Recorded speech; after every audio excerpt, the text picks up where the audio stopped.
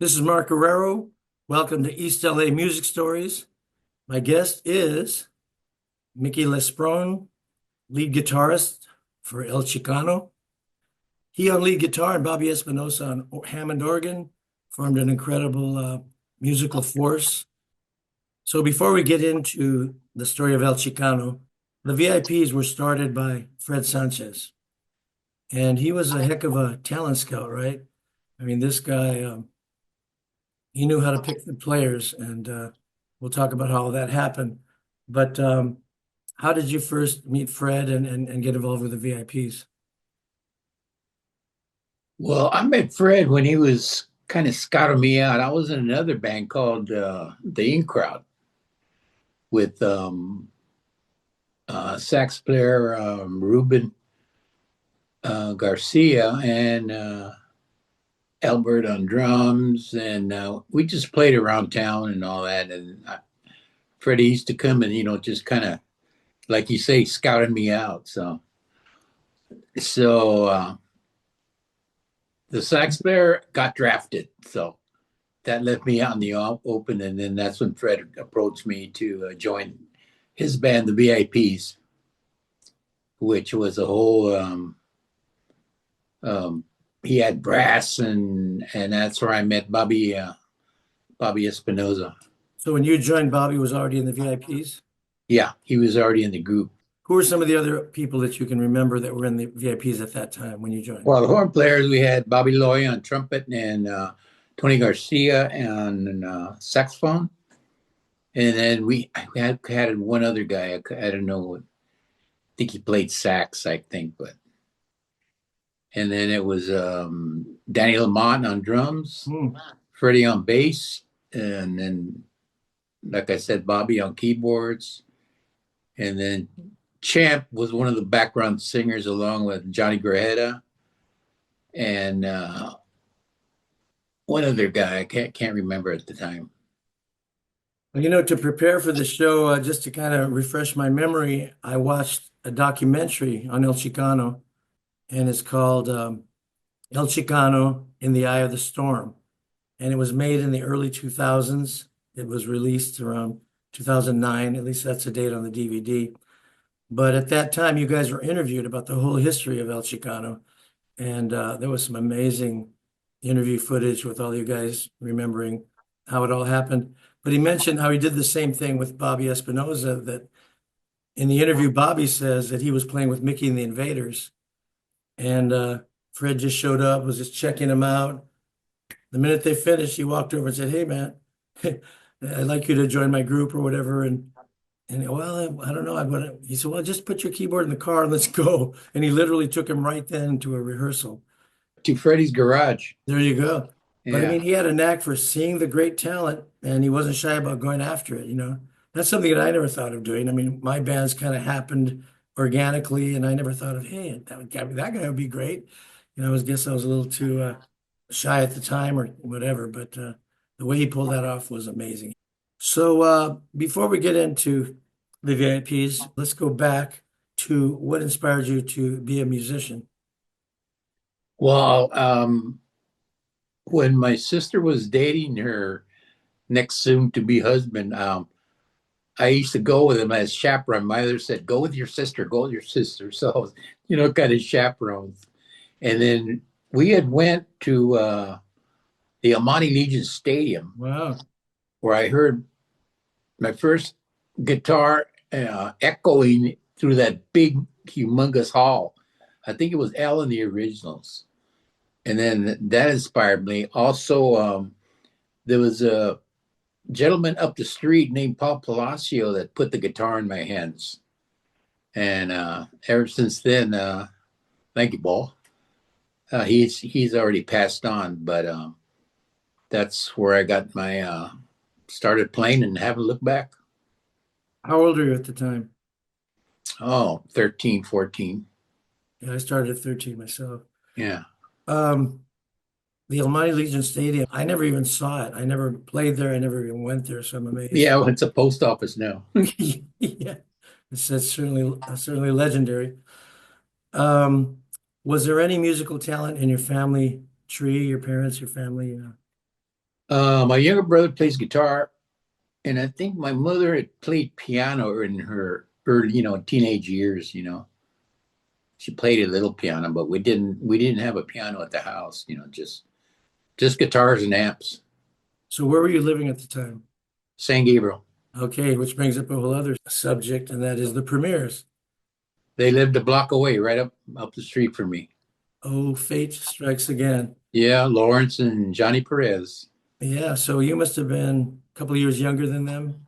A few years. Yeah, about the same age. Yeah, Really? maybe a year or two. Yeah.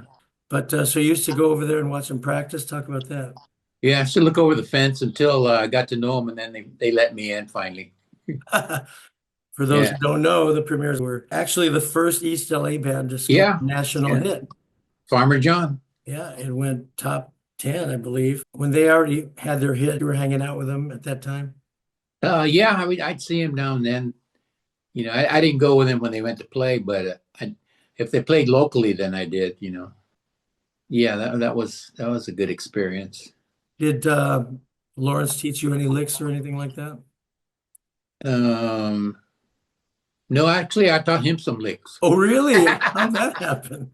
No, no, no, we were at the same level, so yeah, And so the original guys of the Premiers, Lawrence and John Perez, Frank uh, Zuniga, yeah.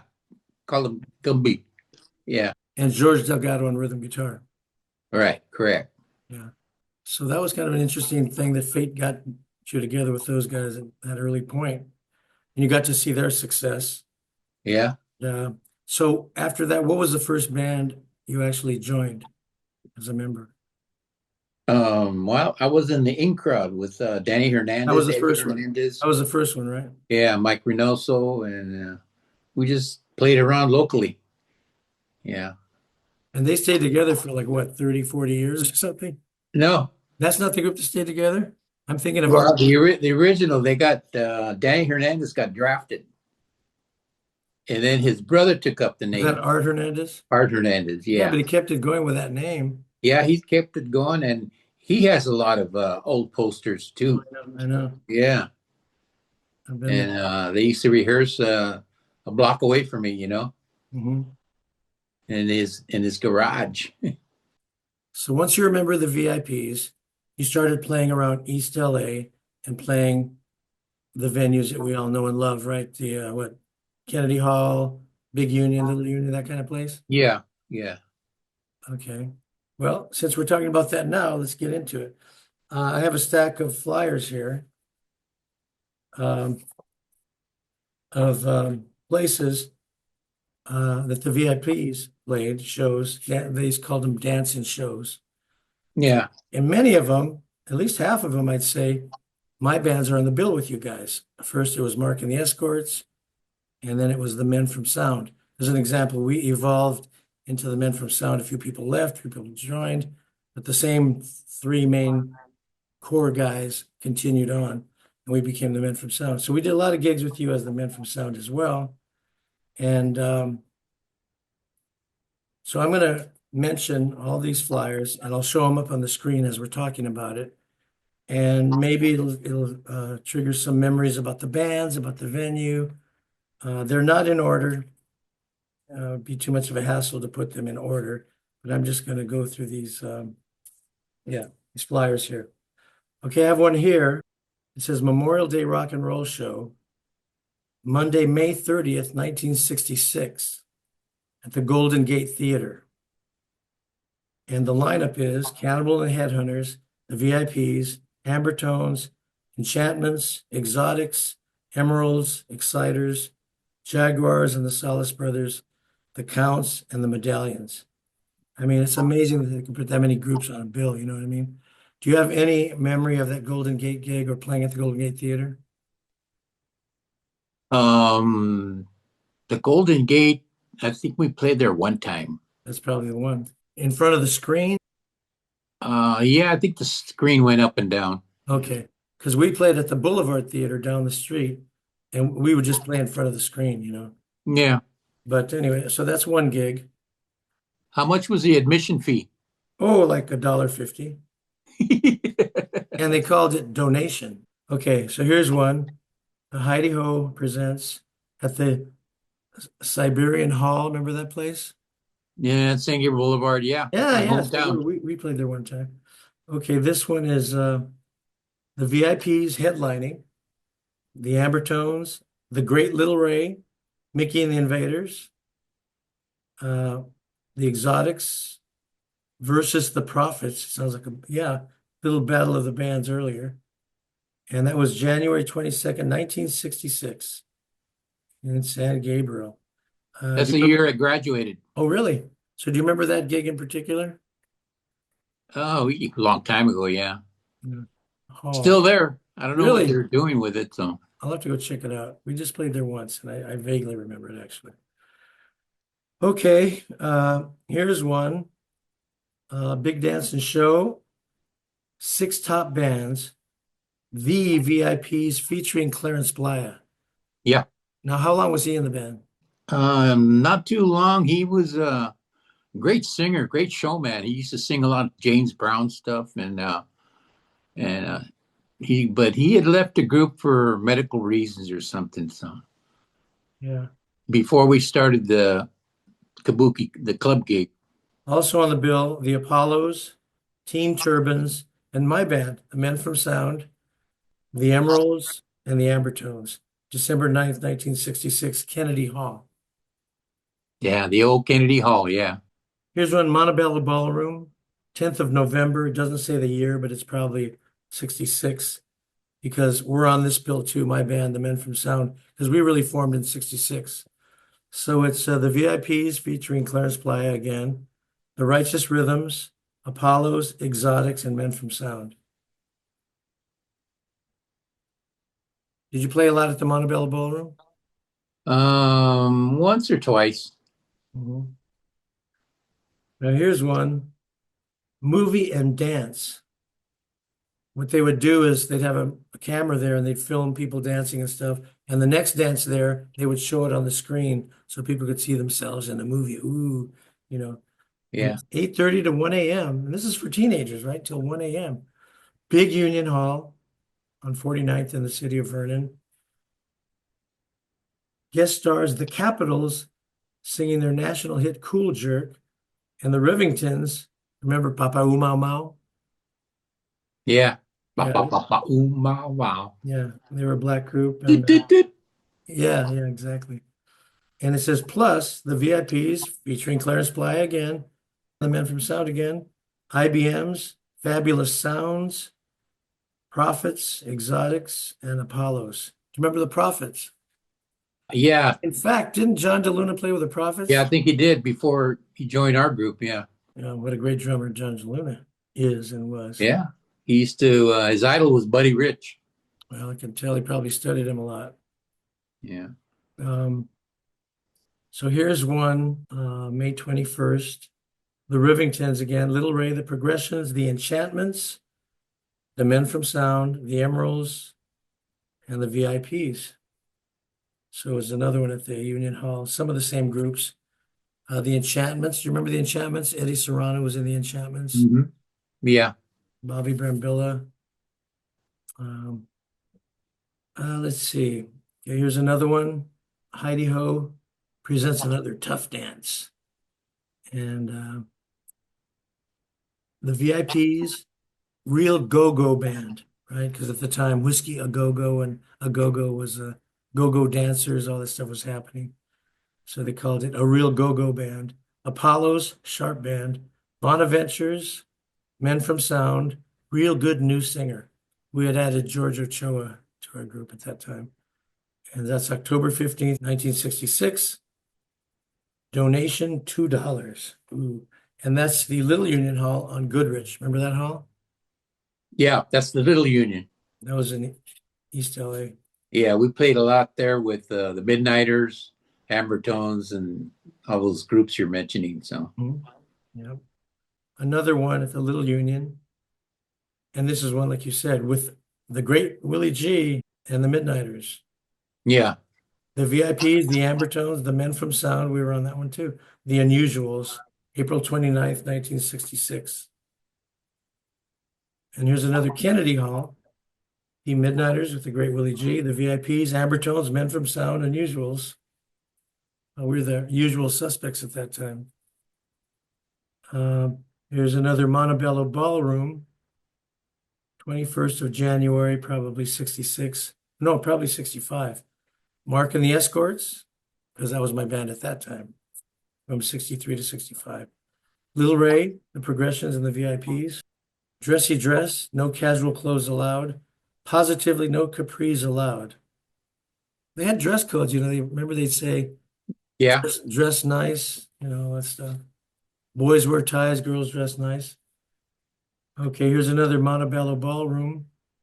3rd of September, premieres, Blue Satins, Mark and the Escorts, and the VIPs. And then down below, they're announcing next week's show. So, as you can see, our band played with you guys quite a few times. Okay, well, this one's a cool one, man. Heidi Ho. This is at the Little Union on Goodrich. And top of the bill, Johnny Guitar Watson. Do you remember seeing him there? I might have one time. Yeah, one time, But you probably already knew who he was at the time, right? Yeah, yeah. He's No. amazing. I always heard of him, and I hear a lot of people like Frank Zappa has been quoted as saying that Johnny Guitar Watson was one of his early on influences. But I didn't really, I looked into him recently on YouTube and looked up some of his stuff. And even in the 70s, he was like kind of like a Sly and the Family Stone kind of image kind of a guy. Great guitar player, singer, keyboard, really talented guy. That's a nice bill there. Here's another Heidi Ho at the Kennedy Hall. And VIPs, Royal Checkmates, Apollos, Righteous Rhythms, Ronnie and Rose and the Soul Makers. So here's one, Salesian Rock and Roll Show. Remember those rock and roll shows? Mm-hmm. A lot of them happened at East L.A. College Auditorium, where they had the fixed stage on top and they had the hydraulic stage. Yeah, go Yeah. up and down. Did you guys ever come up on the hydraulic stage? Yeah, yeah. Yeah. Salesian Rock and Roll Show at East L.A. College. Dobie Gray. Then it's Sammy Ramos, Clarence Playa, solo at this time. The Edelons, the Showmen from Delano, the Salas brothers, Steve and Rudy Salas when they were kids, the Jaguars band, Joe Silva, the Royal Checkmates, the VIPs, the Delighters, and the Aldermen, October 16th, 1966. We got to back up Dobie Gray on a show at the Big Union around that time as well. Also, too, Clarence Playa, he did a good rendition of "This Is a Man's World" by Really? James Brown. Mhm. Yeah, he would really get down and get into it, This is a man's world. Yeah. One of the times we played at the Boulevard Theater on Whittier Boulevard, and the Record Inn presents. The Record Inn was one of the 3 record shops on Whittier Boulevard. Yeah, right there in Whittier and Atlantic there. Yeah, we had the Record Rack, the Record Inn, and Story Music. And on this one, Little Ray singing I Who Have Nothing, the Midnighters, Ronnie and the Casuals, the Sisters, the Counts, Pat and Lynn, Mark and the Escorts, the Vandells, Little Egypt, and the VIPs. You mentioned the sisters. That was Ursi. Ursi. Yeah, Ursi and her 2 sisters. Yeah. And that's another person that Fred got into the group. Yes. It's just at the right time. Sabor a mí. Sabor a mí, which we'll get into. Legendary recording by El Chicano. Ursi covered it great. Here's another rock and roll show with the Prophets, Moon Craters, Emeralds, Jades, the Dominators, Enchantments, JD 4+2, and duets, Ronnie and the Casuals, the Nightlighters, the Night Dreamers, the Ambertones, the Silvertones, the VIPs, and the Sisters. East LA College Auditorium. Goodness. Okay, here's a show at the Big Kennedy Hall with the Midnighters, Prophets, Ambertones, Enchantments, VIPs, Exotics, Essence, Apollos, and Righteous Rhythms. Do you remember the Righteous Rhythms at all? Yeah, vaguely. Yeah. Yeah. We did a few shows with them. Another Kennedy Hall, Blue Satins, the Romancers, the VIPs, with Johnny and Champ. Do you remember who those were, Johnny and Champ? Johnny Jaretta and Champ, they're from San Gabriel. And what did they play, or were they singers? What were they? They're with the Storytellers. Oh, the Storytellers guys. Yeah, Okay. Now you must have known those guys way back when as well, right? they're from San Gabriel too. Okay. I just Yeah, did a session with them. We just did a recording. We used them. Uh, yeah, Alvin and Nikki and well, Johnny Grayhead is kind of handicapped now, Mhm. and one other guy. Yeah, they're still around, and they made a few records back then, didn't they? Yeah, they did a few. So Okay, they were a doo-wop group, like really early, like maybe in late 50s into the early 60s. They were already. yeah, they had one record. I talked to Alvin. We have breakfast once in a while where we get together after, and I take my guitar and we sing. Oh, cool. Reminisce. Mhm. Yeah, they're still around, and I think they're all still surviving, right? Because there were four of them involved in this session. Yeah, Another movie and dance. Little Ray, the Progressions, VIPs, Apollos, Enchantments, Prophets, Counts. Another one here, Kennedy Hall, the Midnighters, Ambertones, VIPs, Prophets, Impalas, Runabouts, and the Unusuals. The Impalas with Ronnie Reyes. I don't know if you ever knew Ronnie Reyes. yeah. That loud guitar player. Yeah, he plays pretty loud, Yeah, he plays pretty loud. Yeah. and he's very fast. He's got the flaming fingers. Uh, Good technique. Okay, here's another one. Christmas Day, Dance and Show. The VIPs, Ambertones, Mickey and the Invaders with Micah Versa. The Prophets at the Little Union Hall. And the last one here is another Heidi Ho dance. Heidi Ho was a club, and the guy who used to book it was named Sam Nevada. I don't know if you remember him, but he'd call me for these gigs. And Yeah. you remember him? Um, Again, this one has the VIPs, Apollos, IBMs, Righteous Rhythms, and once again, the Men from Sound. So we played together a lot during that period, but we never met. In fact, I don't think I knew any of the guys in your band. And like I said, a lot of times we didn't even have time to watch each other perform. But obviously we played a lot together. But so the VIPs were obviously a very, really excellent band and very popular. And now we get to Kabuki's. So you wind up playing there like 5, 6 nights a week. And it was the one, where was it? Was it on Crenshaw? Or where was it? It was on Crenshaw by the Crenshaw Shopping Center. Was there another one in Eagle Rock? Well, that was after when Yeah, that I closed remember that. down, and then the two brothers, Ben and Moss, um, which were the bartenders, and they ran the place, and it moved. They bought a bigger place in Eagle Rock. That's Kabuki's too. Yeah, I went to that one. I never went to the first one. So you guys were playing there a lot. And according to Bobby Espinoza in the documentary I saw yesterday, he said, we were happy, man. We were making, 200, 300 a week, man. 200 a week was a lot of money back then.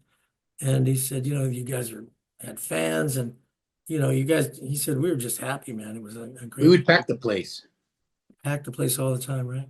Yeah, Kabuki's on even on Tuesdays. Andres talked the owners, Ben and Moss. Hey, let's do. He did. Let's see, 99 cents a drink night. Oh, boy. Yeah, and that packed the place. I mean, of course the drinks would be little short dogs, the glasses, but people would say, yeah, give me a regular one, and they made money on Tuesdays.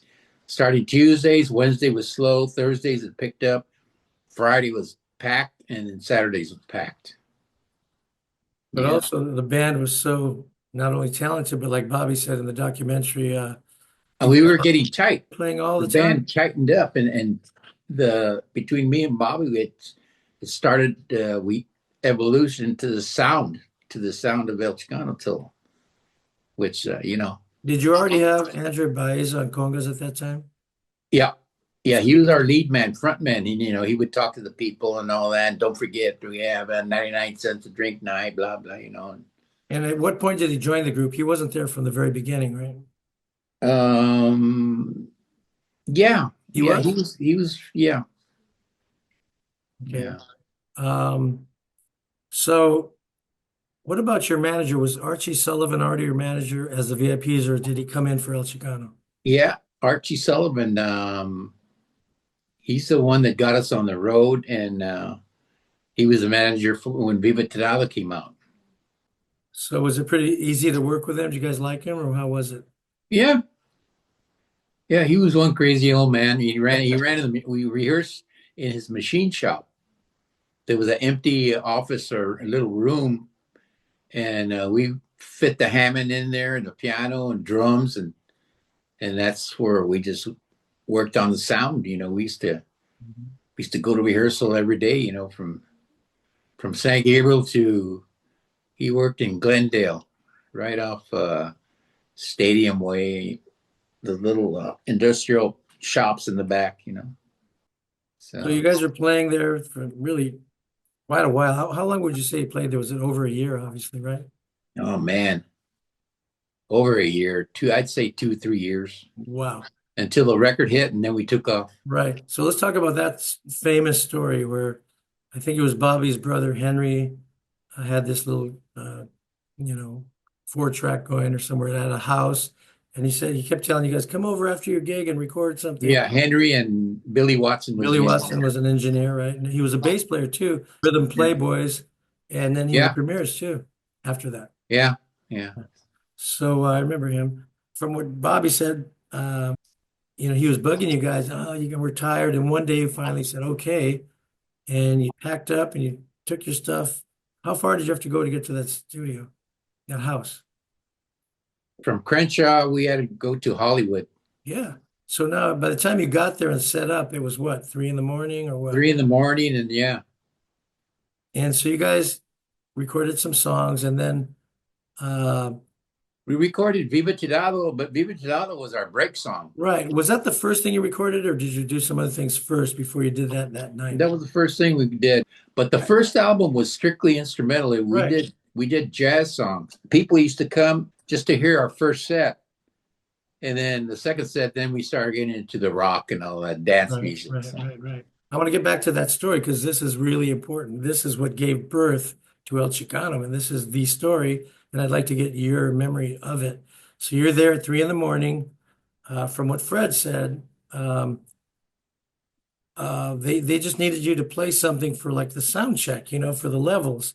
And he goes, well, let's do our break song. And so you guys played it, and according to what was said in the documentary, who was it? I think Bobby said that you were actually, now verify this or see if you remember it, that you were lying down playing. yeah, so I was just getting sleepy. I just slide down on my back on my amp and just played. The record that was a hit record you did lying on your back. Yeah. Are you even looking at the frets or you No, just, dots?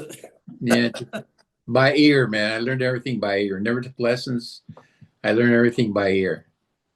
But what an amazing thing that you guys, after work, after playing 5 hours and loading and unloading and setting up and recording that at that hour, one take, and it becomes a hit record.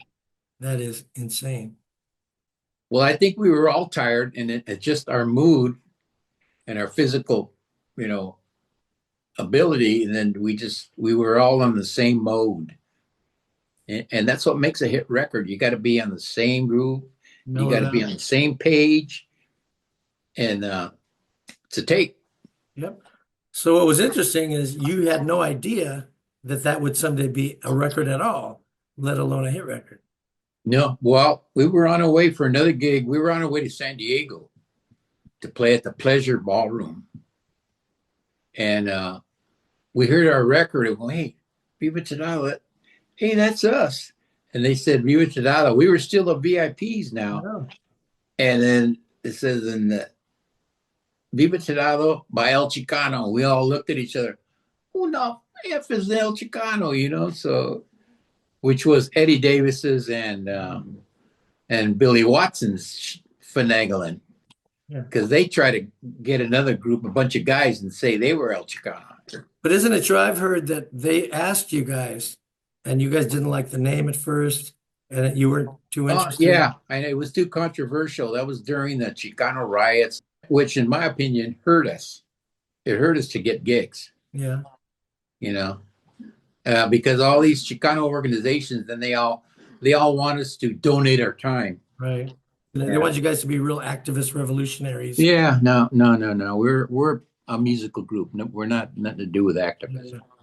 But anyway, so the record started getting airplay around the country, and then you guys went. We got our contract with Kapp Records at the time from Mr. Johnny Musso, and that's when we did I don't know 5 6 albums with Right. MCA before the contract ran out. So Well, for the audience, CAP was KAPP, right, and it was distributed by MCA. And yeah, interestingly enough, the year before you guys were on the label in 1970, in 69, my band had a deal with Kapp Records, same label. We put out two singles. The name of my band at that time was 1984, named after the George Orwell book. So we were with Kapp in 69, and then you guys wound up with Kapp in 70.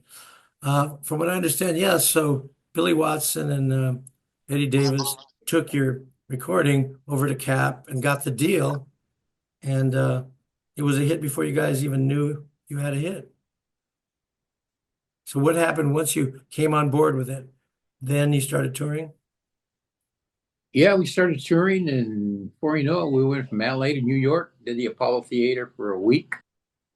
In the documentary, Bobby talks about how when the curtains opened, everybody was quiet because they expected another black act. And then once you guys dun, dun, dun, dun, dun, dun, dun, everybody just freaked out. And you were Yeah, they started hearing the congas. The black was saying congas, like the congas. so you So guys no, by the end of the week, they were loving it. So yeah, that's beautiful. I didn't realize you were there like the whole week, huh? yeah. Do you remember who else was on the bill with you there? Well, the headliner was Jerry Butler, Oh, and then we got to see the OJs nice. and the Franklin sisters. That's our Aretha Franklin Wow. sisters. They had a group, and and then the opening act was they were called the Last Poets, which to me that was the first rap group I heard because Oh, they would just go wow. on the congas and they would say the revolution will not be televised. The revolution will not be televised. Bop, bop, boom, bop, bop. And that was the first rap I heard. Do you And then the remember? Franklin sisters, and then Jerry Butler would close the show. And were the other artists cool with you guys? Oh yeah, backstage we had since we were the rookies, we had the dressing room way on top, and then Jerry Butler would have the floor level. You guys had to walk up a lot of steps. Yeah, so we saw each other back there and talked and drank, and we were drinking that Ripple wine at that time. Yeah, that cheap ripple wine. Yeah. So where else did you play on that first tour? Do you remember what other cities you went to? After New York, we went to Palisades Park, but that was just one set, one day, one show. And then we were in Chicago. We did two sets a night Hmm. in Chicago. That was interesting. Hmm. And then we did the station in Kansas City, right where the actual train station is. The club there called the station. So we did a week there, and came down, played in Texas, Houston one time with some promoter named J.J. Garcia, Hmm. and he was in Corpus Christi. Yeah. And then we play in Albuquerque a lot, some club down there, I forgot the name. And mostly the Midwest. Went up to Canada Oh, nice. for a week, and played at Old Can Harry's. It Okay. was a double level of club. And our level was more for like dance music or show, and then be another band, rock band on top, you know. So that was interesting. So So generally, who was on the bill with you on those shows? Were they mostly black acts? Did you have white rock acts?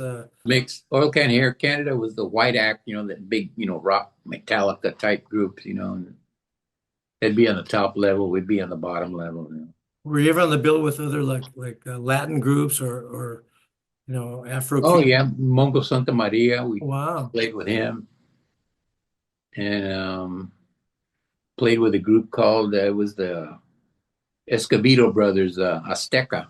They had a group called Azteca, you know. Coke and Pete Escobar. Folk and Pete, yeah. Play with Right. Malo a lot, like we still play with Malo, you know, minus Arsenio, you know. Mhm. And that's what we mostly do now, just Latin legends. Right, You right, know, War, El right. Chicano, Malo, Tierra. But back when you started back in 70, sometimes you'd be on the bill with other major rock acts, right? The James Gang and Earth, Wind, and Fire. Wow. We did it with Earth, Wind, and Fire, and a lot of groups can't remember now, but yeah, Joe Welsh was in the James Gang, of course. yeah. Who were some of the guitar players that you admired when you were starting out and your influences? First guitar player was Freddie King, Funky Freddie King, man. He, Yeah, man. you know, and then Wes Montgomery, good old Wes, the man with the golden thumb. That's right. The good old octave thing. A lot of guitar players come, how do you get that sound? And he goes, first of all, get rid of the pick, Yeah, exactly. you know. And you go, oh yeah. So It's hard though, because especially if you're going to take the up and down, and you can hear the pick click. yeah, right. And Just it get rid of gives the it a pick brighter click. sound as well. You want to know Yeah. stuff. No, but I'm saying physically it's easier with a pick because you can do all this stuff, but if you're going to syncopated stuff, it's tough to do. Yeah. Got to use your thumb, you know, pick because you can hear the pick click. Click. Yeah. So that first album, Viva Tirado, as you said, it was all instrumental. And I have the track list here. Uh, and you said the whole album was recorded at the same place you did Viva Tirado, but some might have been recorded live at Kabuki's, do you think? Is that Yeah. Yeah. Live at Kabuki's. Yeah. yeah. So track one was Cantaloupe Island by Herbie Hancock. And Yep. are these songs you were doing on your shows anyway, right? Yeah. Quiet Village. That was a good one, but we don't do it now, but I think we should, you know. We used to do Hurt So Bad, It's so you bad. know, it's instrumental, me and Bobby, you know, Right. The Look of Love, Look of Love. Light My Fire. That first album had 9 songs on it, and they were all instrumentals. And the lineup was Fred Sanchez, Bobby Espinoza, Mickey Lespron, Andrew Baeza, and Ursi played like tambourine, guido, and maracas on it. She didn't sing. But the Revolution album, El Chicano Revolucion, 1971, uh, had that cover on it that you put Pancho Villa and Zapata on, right? Right. And Bobby was saying that some people thought that they were in the band. What do those guys play, right? Yeah. Um, and this album is the one that has Sabor Me that Ursi sang. That's become a Right. classic. It also has Cubano Chant, Keep on Moving that you guys wrote, Make It All Go, I'm a Good Woman, Viva la Raza that you guys wrote, Spanish Grease, Sugar Sugar, Don't Put Me Down If I'm Brown. Tell me about that. You guys wrote it. What gave you the idea to do it and how did it happen? We all wrote it, you know, and Bobby just did G to A, G to A, and then we all came in with Don't Put Me Down If I'm Brown, hear what I say. That's a cool song, man. Yeah. Message song, you know. Yeah, tip of the hat to the movement. Yeah. So what's amazing are you guys made an album a year for like 5, 6 years, except one year you did 2 albums. But anyway, your third album is a Celebration. And that's the one that had Brown Eyed Girl on it. And let's see.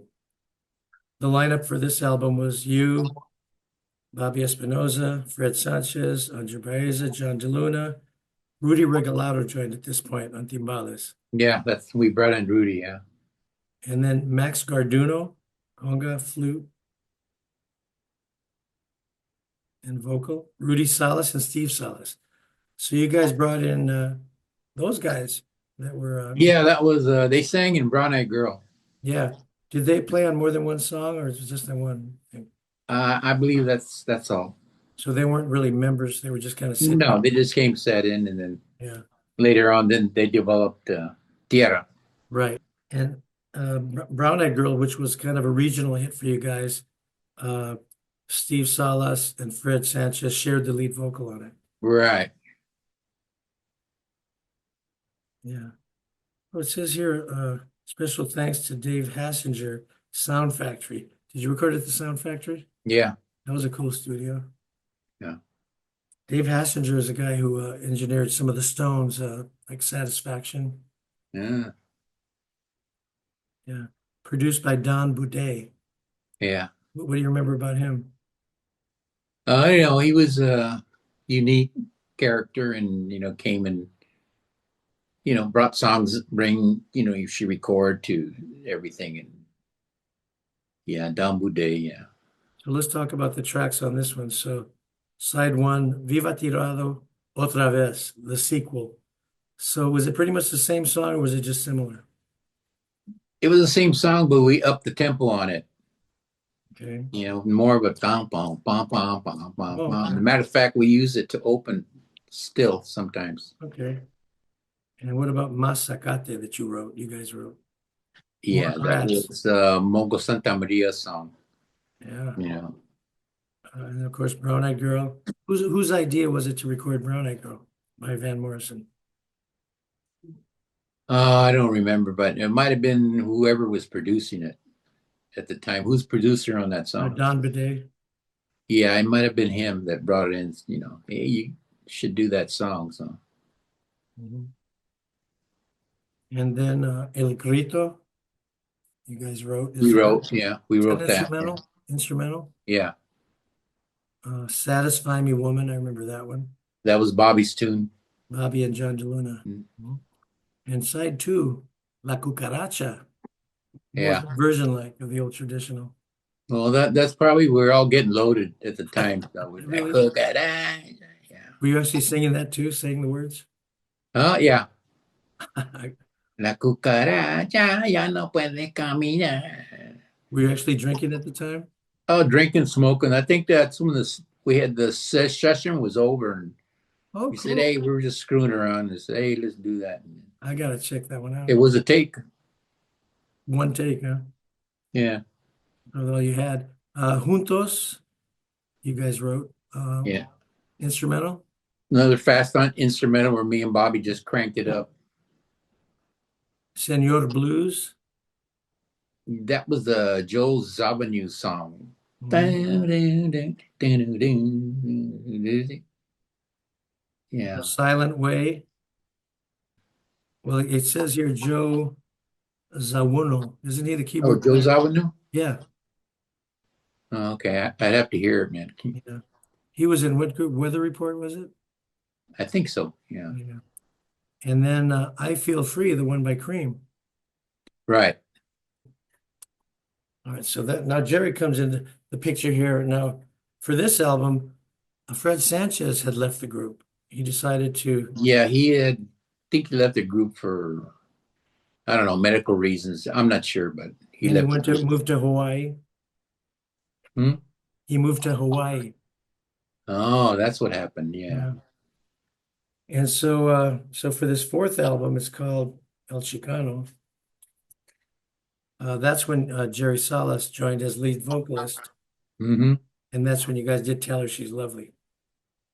Yeah, I think we had Joe Pereira on bass. Yeah, and Danny Lamont joined at this point. Dan Lamont, yeah. It says Dick Henderson, bass on Enchanted Forest, and Tell Her She's Lovely. Yeah. And you have it says additional musicians, Hector Rudy Regalado, James J. Espinosa on bass, Bobby Loya, trumpet and flugelhorn, Sherry Williams, background vocals, Cruz Baca, background vocals. Produced by Johnny Musso of Kapp. Right. And, That picked us back up, as far as gigs goes. We started playing more, Mhm. And it So, says here produced by Johnny Musso, Bobby Espinosa, and Mickey Lespron, yeah. co-producers. Yeah, we were in the control room, moving knobs and this more bass, more congas, more this, Yeah. more guitar. So getting back to the track list, Tell Her She's Lovely is first, and that was by, what was it, the name? Bateau? Bateau, two brothers from Canada. Yeah, wrote the song, and they had Yeah, put it they up did it acoustically, and then we put the guitar, double guitars in, and Latinized it. yeah, And it was a big hit, man. It was probably yeah, your biggest hit. yeah, And with that, that's when you started touring with all these major rock groups and stuff. yeah. But there's no highlights that you remember offhand of who you played with or anything like that during that period. Um, Earth, Wind, and Fire, the James Gang, James Brown. We played with BB King in Birmingham, Alabama one time. Wow. Yeah. Cool stuff. So the second song is Chachita, and it's a little similar to Viva Tirado. Right. Were you guys trying to create Son of Viva Tirado? Yeah. I think Andre wrote it or Bobby and I don't know. I just did my little touch to it. Mm-hmm. That was nice. So I've heard that recently. And then you guys did a version of Marvin Gaye's What's Going On. Yeah. That was my idea. And was that instrumental or vocal? Instrumental. Okay. I started off and I told Bobby, I said, Bobby, do the melody, and on his organ, but it never was released as a hit. So Mhm. Together, what song is Together? It's not the Tierra Together. no, Jerry wrote that song. Okay. And then Jerry wrote on side two, he wrote Enchanted Forest. Yeah, Sunday Kind of Mood. that was my song. And you guys did Stephen Stills' Un Mundo that Buffalo Springfield did. Uno Right. Mundo. Yeah. That was a great version. Uh, I know Jerry loved the Buffalo Springfield. Did you guys like Buffalo Springfield? Well, of course. Well, I can't assume anything. Yeah, I love the Buffalo Springfield, and he recorded it very Latino himself because he grew up for a time in Panama, so he had a lot of Oh, Stephen Stills had a lot of Latin in him. He knew some Spanish. And then We've Only Just Begun that had been a hit for the Carpenters, and I'm yeah. That assuming I brought that one in. instrumentally, right? Yeah. I Beautiful. would bring in the mellow songs, nice, Mhm. slow. Yeah, right. Okay, so that's four albums, and again, each one, Viva Tirado was 1970, Revolucion 71, Celebration 72, El Chicano 73, and in 74 you had out Cinco, the fifth album. Right. And on this one, the members are Bobby, you, Andre, Rudy Regalado, uh, Brian Magnus on bass. On bass, yeah, And Brian. Jerry recently told me that he brought that guy in. It was a Yeah. guy he had played with. And there's Jerry Salas with his big afro, gigantic afro. Yeah. And another afro, Eddie Rodriguez, was Yeah. the drummer. Yeah, our drummer, yeah. Yeah. So that was a little bit different lineup there. Okay, now I love some of this stuff. First song, El Cayuco. I've played that in cover bands. That's Tito Puente song. Great song. You guys are doing it in the documentary too. Would you guys all together pick, like, let's do that song, Who came up with the idea to record that one? Do you know? Oh, I don't remember. Maybe either Andre or Rudy. Hmm.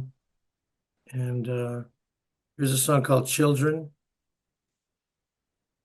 We children we recorded when we went to Central America. Oh, There was another our opening act played it, and then Jerry liked it. He knew the guys in the band, and mhm. he brought that in, and you know, hey, let's do it this way. We kind of changed it around, put our touch to it. So Was that instrumental too? no, they sang on It's it. a vocal. Children. Okay. Yeah, The next one is You've Been Wrong So Long. that was Bobby's song. Uh, the Latin one, written by El Chicano. Group. Yeah. Uh, Side two, What You Don't Know Won't Hurt You. Remember anything about that song? Jerry. And we used the same girl singers we used on the other song. Uh, so you're saying he brought it in because it says, as far as writers, this is Jerry Marcelino, Mel Larson. So it was other writers. Yeah, okay, yeah, He yeah. probably brought the song in. Yeah, we would get a lot of material about, do this, do our song. We would get Well, the artist would send it to you guys. Try this. yeah, yeah. Now here's another one I love. Ahora sí, Ray Barreto. Rudy. Uh, Rudy brought that song in. that's cool. I played that song before too. I love playing that one. And my favorite, I must say, this is my favorite El Chicano recording, Gringo en Mexico. Jerry. But it was written by Wendy Waldman, and Yeah, you guys put a mariachi on it, yeah. and the vocals are really great. It's such a cool song and record, man. I love it. And I recently, when I interviewed Jerry Salas, I said, that's my favorite one. He goes, yeah. He said, Los Lobos said the same thing. He said, why don't you guys play that song? But no, it's a really good one. And then Little Sunflower. I Freddie, brought that song in by Freddie Hubbard. was that instrumental? Yeah. So you guys, would you say like probably your entire catalog, about maybe half of it is instrumental? Oh yeah. About half. Yeah. Okay. So now we're getting into the sixth album, The Best of Everything. And on it, you guys are posing in front of that mansion and you're all fancied out. Mm-hmm. And Tuxedos, yes, big fancy car. yeah. And Jerry told me that that was on the back lot of a Universal. It was one of Yeah. the Yeah. facades. Yeah, that's just a wall. Yeah, It's not actually a house. It's just a looks like a house. It'd been used in a lot of movies and yeah. TV shows. It's a great cover though, man. And that was in 74. So you made two albums in 74, Cinco and this one. You guys were hot. So it starts out with You Can Have the Best of Everything. What kind of song was that? It was like Almond Brothers type, Oh, you know, Southern Rock. Doobie Brothers, yeah. Okay. One More Night. Bobby Espinosa wrote it. Bobby, yeah. Instrumental. No, he would sing it one more night. Okay. Put on a Show. I Want You to Know. Bobby Espinosa and Jerry Salas wrote it. Is that a vocal? Yeah. I want you to know. Might As Well. And here's one, Follow the Apollo by Mickey Lespron, Andrew Baez, and Jay Pereira. Yeah, the Apollo was a motorhome. We used to tour on it. That's been all the way to Chicago and back. That's what you named the, Yeah, that was the Apollo. Our manager bought us an Apollo motorhome, brand new. wow. But we had to change the interior twice because you spilled so much booze in it. I remember that if it's the same one, but we did a gig together in 1972, which I want to get into later, more detailed. But we did a gig together at Cal State Los Angeles in the outdoors football stadium. And it was Tierra, my group, El Chicano, Elijah, the East L.A. horn band, and Carmen Moreno. And you guys had already had your hit Viva Tirado, and you showed up at the stadium in one of those big freaking touring or RVs. Must have been it, I'm guessing. But That was it. yeah, you guys were all big time. We just showed up in our cars. You guys show up in a freaking touring van. But yeah, we'll talk about that show. It's a historic show. We'll talk about that in a minute after we get done with these last two albums. Um, Side two, Bringing Me Home, and then Love the One You're With, another Stephen Still song. Did Jerry bring that one in too? I think Jerry did. Yeah, nice version. I like your version of that. And Zaire. Jerry told me that you guys had, or some of you had gone to see the Muhammad Ali George Foreman fight, Yeah. And then we came home and wrote about it. and the ones credited for it are you and Andrew Baeza.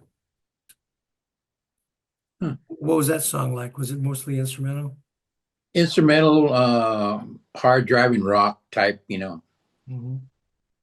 And lastly, Primavera by Daniel Valdez.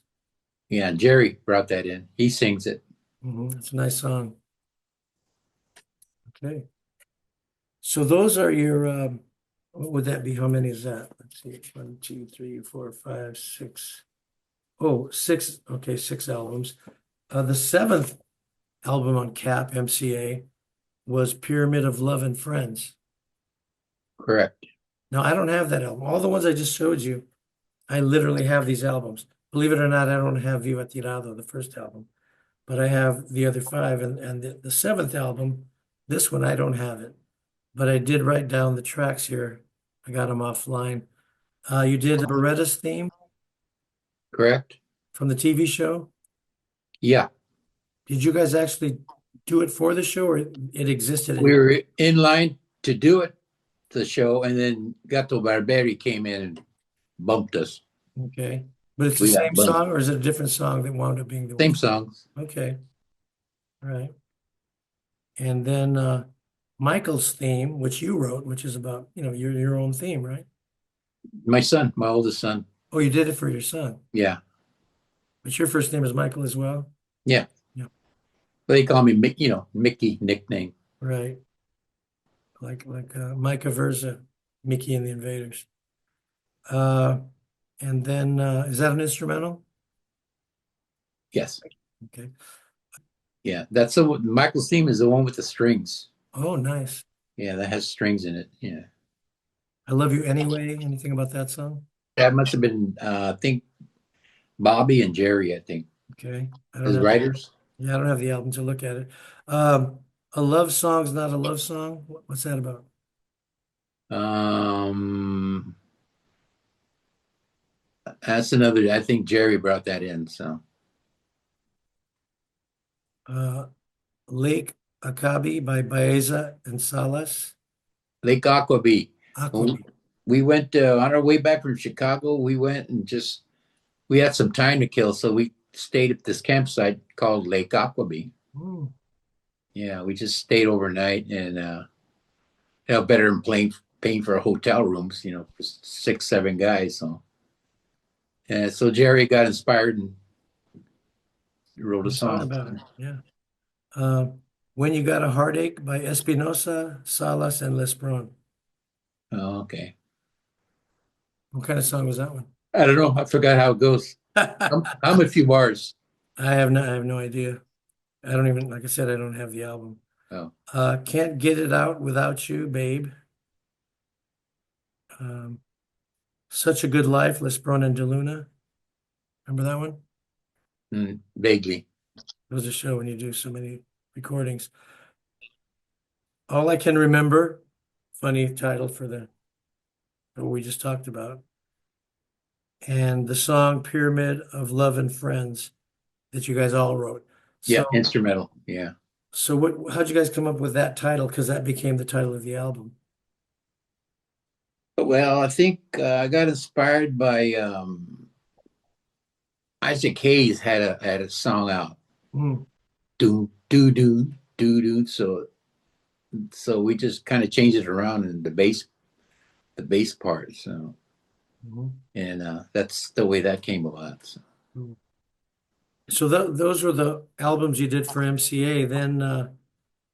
Then you guys did an album for Shady Brook, which was Joe Sutton and Johnny Musso's buddy. and it's called This Is El Chicano. Yeah, right. And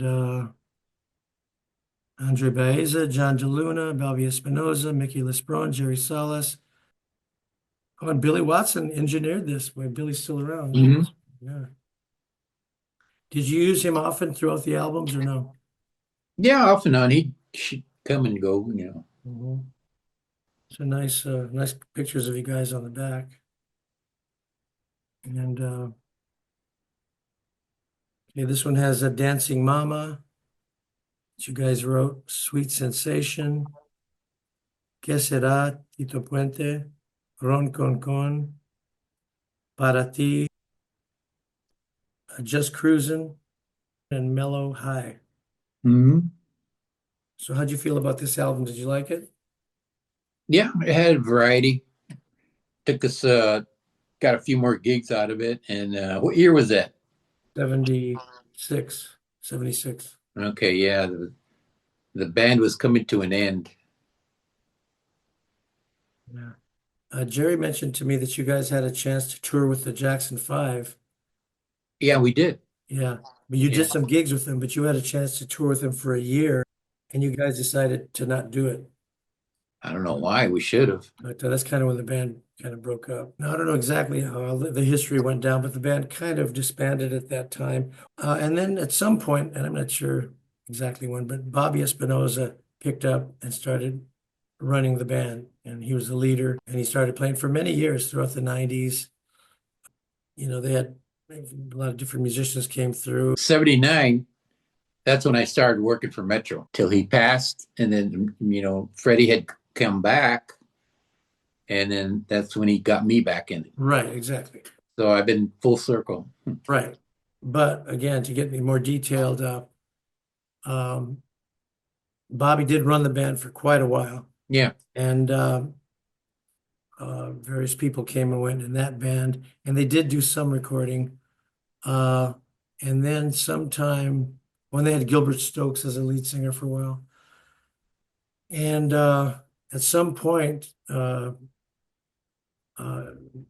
Fred Sanchez came back and took over, and they went on for a while. And then Jerry Salas came back into the band, and they started playing a lot again and doing those Latin Legends thing. And you said you played a few gigs with them somewhere in there for a while, Yeah. Before Bobby passed, I played with him a few a times. couple of gigs, Yeah, yeah, yeah. But then once he passed, that's when you came back full time. Correct. And what year was that roughly? Do you know? Like, Oh man. could have been early 2000s, couldn't it have been? Yeah. No, I think so. I have a feeling. And then you guys did that documentary around that time, which is cool. I recommend it if you guys can, anybody can find it. El Chicano in the Eye of the Storm. The Storm, yeah. It's fantastic. So, well, let's talk about that 1972 show again. So you guys were hot off of touring for Viva Tirado and a hit group, and Art Bambilla, who was my manager at the time, he put together this show and he called it Feria de la Raza. And he called it the first Chicano rock concert. And he called it that because it probably was because, as you saw from all those flyers, all those shows were dancing shows, but not like a Woodstock style. Hippies sitting on the grass, uh, smoking grass. Um, and this was that, a lot of people showed up and it was a great lineup. As I said, Tierra, I was billed as Mark Guerrero with the Mud Brothers. I had just done two singles for Capitol. Tierra had just done their 20th Century Records album. Carmen Moreno was on Epic, I believe, label. And Elijah, who were on United Artists Records. So everybody on the bill had a major record deal. And you guys, since you had the hit going, closed the show. And I remember you had that big touring RV thing there. I have some pictures from that. If I can find them, I'll show some of them. Hmm. But Great. yeah, and I'll show the flyer as well. But I remember you had like a super reverb amp or something, and you had your image on the screen. Yeah, I still have it. I saw that in that Yeah, it's in documentary. my room. It's too heavy to carry around, Oh, I remember how heavy those were. I had one myself. but I still have it. Yeah, So who did that, and how did they do it? Andre did that. He must have taken the grill cloth off and then did it. Something. Yeah, he's silk screen, or I don't know how he did it. It's So fantastic, man. Andre did that. So he was very artistic. So And you're wearing a beret on it. yeah, I'm long hair. Yeah. Yeah, that's a real cool image. So one of the pictures I have shows that really prominently. Um, so do you have any memories of that concert? Yeah, I remember it was outdoors at the football field. Yes. Yeah, I think it started in the daytime and it went into the night. yeah, it was pretty packed. It was really packed, yeah. So since you've been back with El Chicano since, it's hard to remember for either of us to remember, but again, I have a feeling it was early 2000s because my recollection was Bobby ran the group throughout the 90s, you know.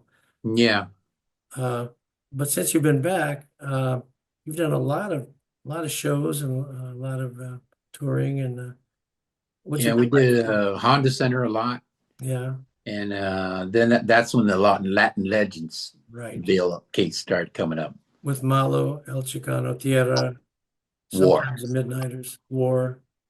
So yes, you guys have been playing a lot, and you made that Latin Legends album. It was a live album. I think it was Hmm. Malo, Tierra, and El Chicano. Yeah, yeah, combination. Yeah, Yeah. correct. Uh, no, I did a lot of shows in the early 2000s on the bill with El Chicano when you weren't with them. I did quite a few things sitting in with El Chicano around that period. Um, a couple of them I got to play guitar and sing, and a couple of times singing backgrounds. But yeah, but the one I remember the most is the one in 2017 when Fred invited me to join you guys at the Spa Casino here in Palm Springs. It was an Art LeBeau show. Uh, and I said, well, you know, I ran into him at the hotel and he goes, hey, you want to play with us tonight? I said, no rehearsal? He goes, yeah. He goes, Mickey, just you had some medical issue or one of you guys had prostate surgery. Maybe it was Jerry. I don't know. Oh no, I had an aneurysm. Oh, yeah. He goes, yeah, we could use another guitar once you come. I said, okay. So I wanted to play an acoustic guitar and sing in background on about 7 songs. Yeah, And it's on video, it's on YouTube too. But that was great, man, because you guys were really hot. And you had, you know, the two percussionists and the drummer, this incredible, it's like being on the front of a locomotive, you know, to be yeah. right in the middle of that thing. And I had a ball, man. It was great. But that's the only time I think I've been on stage with you ever. Come on back. Yeah, man, anytime, man. Hey, you guys are going to be here soon too. I saw that, I think in May or soon, in a month Oh or two. really? Palm Springs? You guys are going to be at I think Fantasy Springs or Spotlight 29. Yeah, Yeah, Spotlight 29. yeah. Yeah. That's there in Palm Springs or Indio? Well, it's only 20 miles away from Palm Springs. Oh, okay. Yeah, so yeah, Yeah, that'll be in March sometime. yeah, okay, it's March. Yeah. So, is there anything else you'd like to say? I think I covered everything I wanted to cover. Well, we're still together and we're not as playing as much as we are, but I guess for we're all getting a little older now. Mhm. But we have some gigs coming up and that's about it. So Didn't you recently play at the Greek? yeah. You played at the Greek quite a bit, actually. You've been Yeah, playing. we did 3 or 4 times already. So That's a great gig to have. yeah. Um, so yeah, you play less now, but you still play, you know, Sure. quite a few times per year. It's no more like going out on the road for 3 months. No, no, hell It's just no. go to Arizona and do a gig or go to New Mexico and do a gig, come back. Correct. Yeah. So, anything else you'd like to say? No, that's about it. But be looking out for our next single. Should be coming out soon, and hope to see everybody soon. Okay, man. Well, thank you, Mickey. I appreciate that you did it, man, All right, Mark. Good to see you. and look forward to seeing you. And hopefully, I'll show up at that show in March. Okay. Okay, man. Thanks, Mickey. Looking Talk to forward you to it. soon. Come on in, sit in. I will, man. Thank you. Yeah, grab Sherry's guitar and he can do the Just take vocals. it away from him. Yeah. Okay. Okay, man. Talk to you later. Okay. All right, Mark.